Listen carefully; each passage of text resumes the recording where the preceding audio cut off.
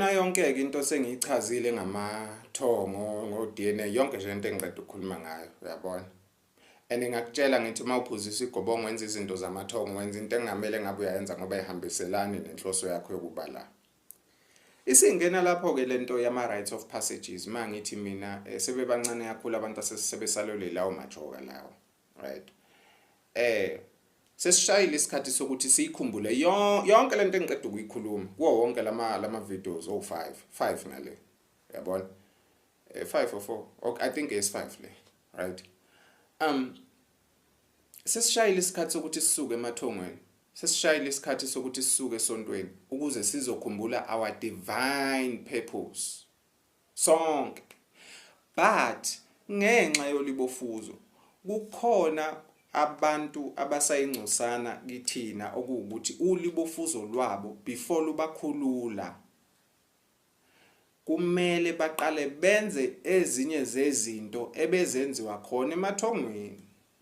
Nami ngiyangihlezi ngibala ngithi ngomunye walabo bantu laba abazenza lezo zinto ngeyami nami indlela. Angimananga ngafika la sengikhuluma kabi kanje ngamathongo.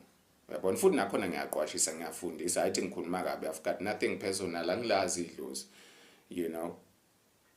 Into engiyaziyo ngazithongo lakithi noma amathongo akithi uyabona.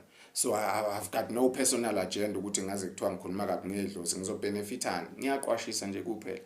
Nami because ngikhuluma ngezinto engizaziyo I'm definitely 100% sure ngine ego phakathi ukuthi angikudukisi mangithi yekela izinto zamathongo. Ngineshow ukuthi angikudukisi, ngikhambisa ngomgudu engimele ngabe uhamba ngawo uyabona.